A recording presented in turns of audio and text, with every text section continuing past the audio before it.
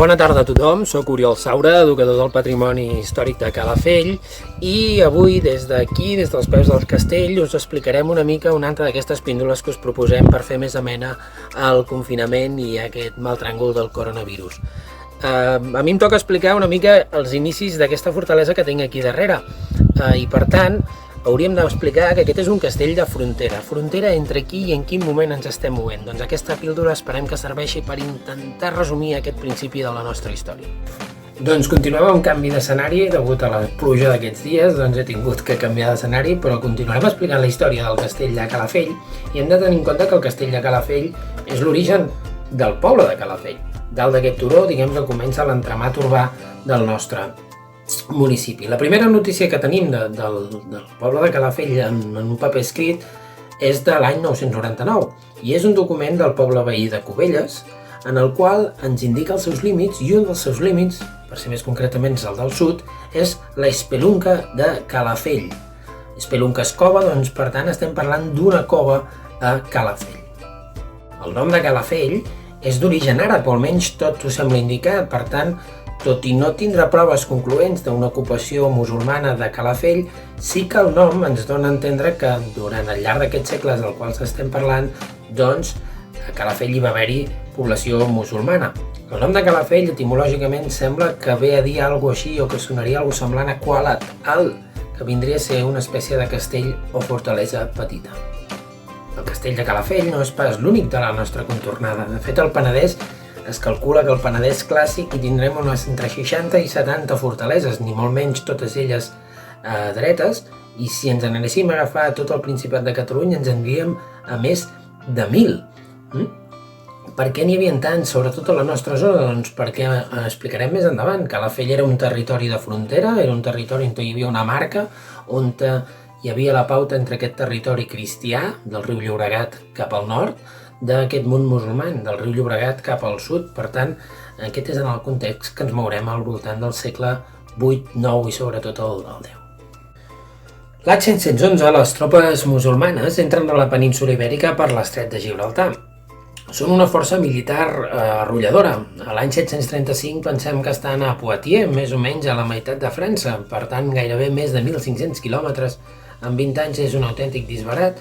I el que aconsegueixen, doncs, és que, en certa manera, els reis francs, per tant, facin intentant, a poc, fer retrocedir aquestes tropes i intentar-les ficar a l'altra banda dels Pirineus. Més concretament, ho van aconseguir i van aconseguir estabilitzar una frontera. Aquesta frontera se'n deia la Marca Hispànica, que, per la part que a nosaltres ens toca, seria el riu Llobregat i que acabaria a la zona de Roncesvalles, Navarra.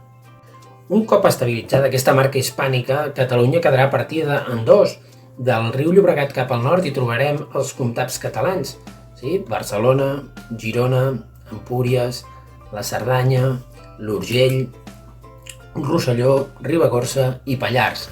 Aquests seran els defensors d'aquests possibles atacs un altre cop cap a la zona francesa. Tot el que quedaria per sota del riu Llobregat i, per tant, la nostra zona era conegut com un territori de frontera.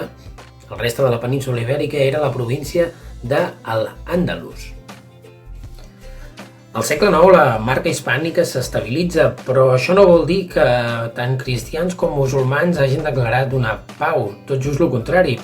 L'arribada d'Al-Mansur al poder, califa de Còrdova, fa que faci constants ràtzies sobre la ciutat de Barcelona, atacs molt forts i molt violents, molt ben preparats, i que la ciutat de Barcelona pateix de forma molt clara. Borrell II, comte de Barcelona, en aquella època demana ajuda als reis francs. Els reis francs no estan per la labor, ja que el seu imperi és molt gran i tenen problemes per defensar totes les seves fronteres. Davant d'aquesta situació, el comte de Barcelona, junt amb els altres comtes de la Catalunya Vella, decideixen intentar fer avançar aquesta frontera. A poc, els comtes catalans aconsegueixen moure aquesta frontera cap al sud. L'objectiu era aconseguir tindre la frontera el més lluny possible de la ciutat de Barcelona.